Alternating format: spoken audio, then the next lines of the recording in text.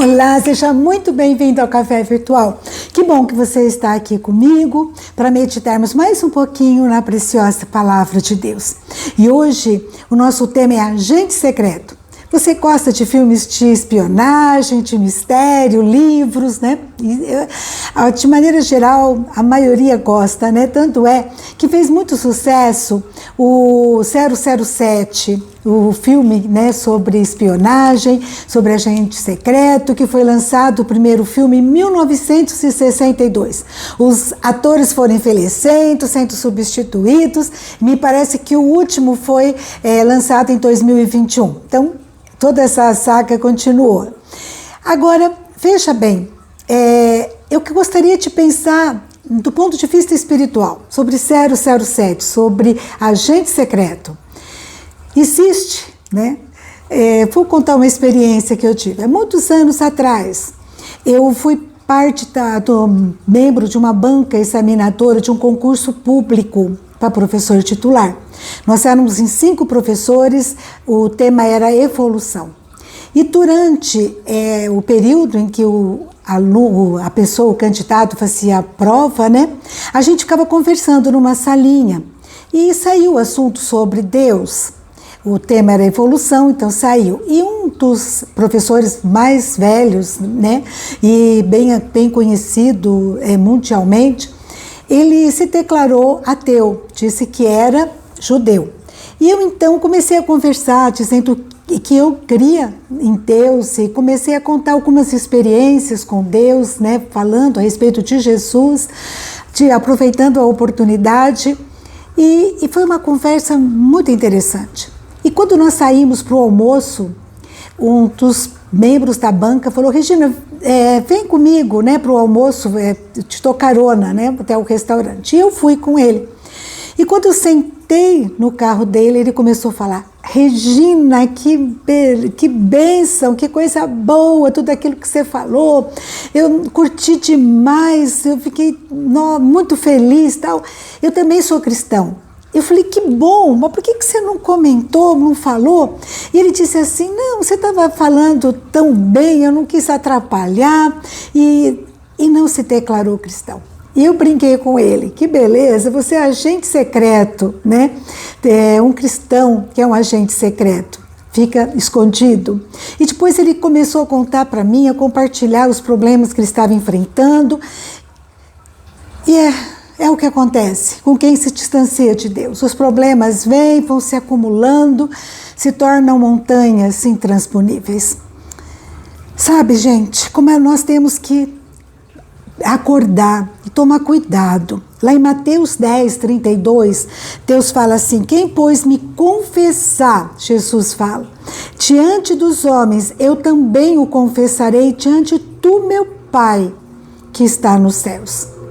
Nós estamos vivendo um momento no Brasil em que a gente pode se declarar cristão, mas tem algumas coisas começando a acontecer que você está sendo às vezes inibida, reprimida, para que você não pode falar. Então, como nós devemos orar pelo nosso país e cuidarmos para a gente não se tornar um agente secreto.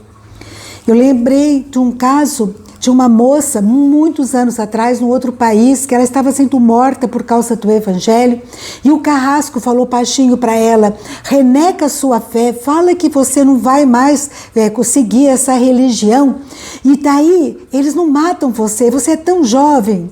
E ela então disse para ele: eu sei porque eu estou morrendo, você sabe porque você está vivendo.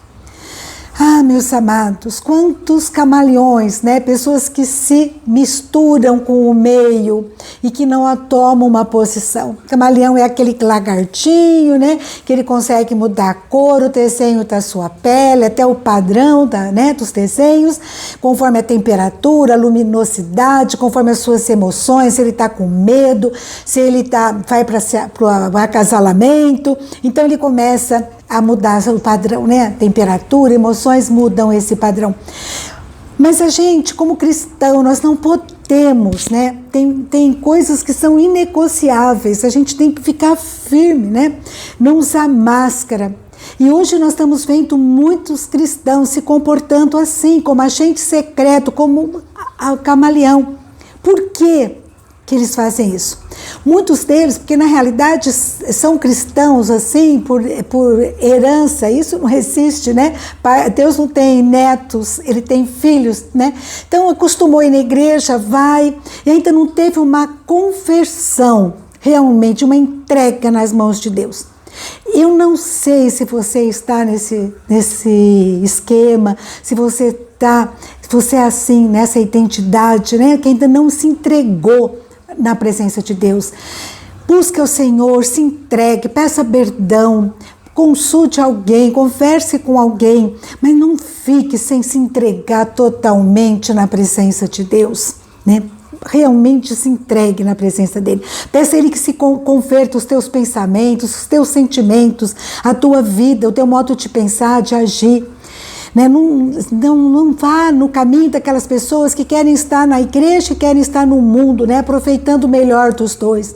Não pode, não tem isso, né? De você ter os pés em tuas canoas. É bem claro isso na palavra, né? Jesus nos ensina. Segundo, são aquelas pessoas que estão interessadas em levar vantagem. E ficam falando que são cristãs, porque às vezes é interessante, vantajoso, adulam com a língua, né? Os outros, né? Falam o que o outro quer ouvir. Então, são pessoas que não assumem posição, não assumem compromisso. Então, fala o que o outro quer ouvir, então entra na dança, né? No ritmo da dança. Muitos estão preocupados mais com a sua reputação do que agradar a Deus, do que o seu caráter. Como nós devemos cuidar para não fazermos isso. Outros se isolam, não falam da sua fé, porque eles já confiaram em outras pessoas e levaram rasteira, né? Foram traídos, sofreu bullying. Então, para evitar sofrimento, eles não revelam o que vai no seu coração. É o medo, né? É o medo de ser confrontado. Isso também Pedro teve medo. Quando Jesus estava para ser crucificado, Pedro, né, que tinha uma intimidade com Jesus tremenda, ele nega Jesus. Ele tem medo de pessoas, ele tem medo do que poderia acontecer. E eu gostaria de pensar nessa história de Pedro. No que nós temos negado a Jesus. Lá em Marcos capítulo 14, versículo 54, diz que Pedro seguia Jesus de longe até o pátio do sumo sacerdote. E daí, chegando ali, ele se sentou com os guardas, se esquentando junto ao fogo. Às vezes, nós negamos Jesus quando nós seguimos Jesus de longe. A gente não se envolve, não se compromete, não segue os princípios. Quando der, a gente vai na igreja, quando não der, a gente não vai. A gente não se coloca à disposição de servi-lo, de fazer a sua vontade, a sua obra. A gente nega Jesus quando nós não declaramos, né, a nossa fé. Quando nós não declaramos a nossa fé. Lá em Marcos 14, 71, quando Pedro é confrontado para falar a sua identidade, ele começa a se amaldiçoar e a jurar: não conheço o homem de quem vocês estão falando. Ele diz que não conhecia Jesus. Muitas vezes nós negamos Jesus quando nós esquecemos da sua palavra, da sua vontade, das suas advertências. Em Marcos 14, 72, diz assim: e logo o galo cantou pela segunda vez. Então Pedro se lembrou da palavra que Jesus lhe tinha dito: antes que 2 vezes cante o galo, você me negará 3 vezes. Ele se lembra como nós precisamos ter a palavra de Deus no nosso coração para não pecarmos contra Ele. Pedro foi avisado por Jesus, mas ele estava todo seguro, achando que ele jamais faria isso. E muitas vezes a gente se acha seguro na fé, e a gente às vezes, em situações que a gente poderia falar do amor de Deus, declarar a nossa fé, a gente se omite, a gente foge, né? A gente dá uma escapulida, né? Como nós devemos lutar para não negarmos o nosso Deus, seguirmos a Ele de perto, confessarmos o nosso amor, a nossa fé em Jesus, né? E realmente não nos esquecermos das advertências dele. Cuidado aonde você vai, aonde você frequenta, aquilo que você alimenta, os seus pensamentos, os seus sentimentos, para não pecar contra Deus, porque o pecado dói muito. O final do versículo 72 diz que ele se pôs a chorar. Tem um texto que fala que ele chorou amargamente. O pecado dói. Pedro, quando viu que ele tinha feito aquilo que Jesus tinha alertado, ele se põe a chorar, né? Ele expõe a sua miséria, a sua covardia. Mas Jesus, na sua misericórdia, ele sabe a nossa luta, ele conhece a dor de Pedro. E ele então mostra para Pedro o seu amor, o seu perdão. Quando a gente vai lá em Marcos 16, né? Marcos 16, versículo 7, quando o anjo está ali no túmulo, né? E as mulheres vão lá e elas estão procurando Jesus, e o anjo fala: não tenham medo, vocês estão procurando Jesus, ele foi crucificado, mas ele ressuscitou, ele não está aqui. E diz para ela: vão e digam aos discípulos dele e a Pedro. Pedro é ressaltado aqui.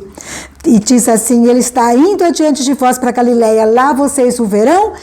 Como ele disse, as promessas de Deus se cumprem todas, uma a uma. Depois nós temos em João 21, que Jesus come com Pedro, ele dá uma missão preciosa demais: Pedro, apacenta minhas ovelhinhas. Oh, como Deus, Jesus tem amor por mim e por você, somos as ovelhinhas dele.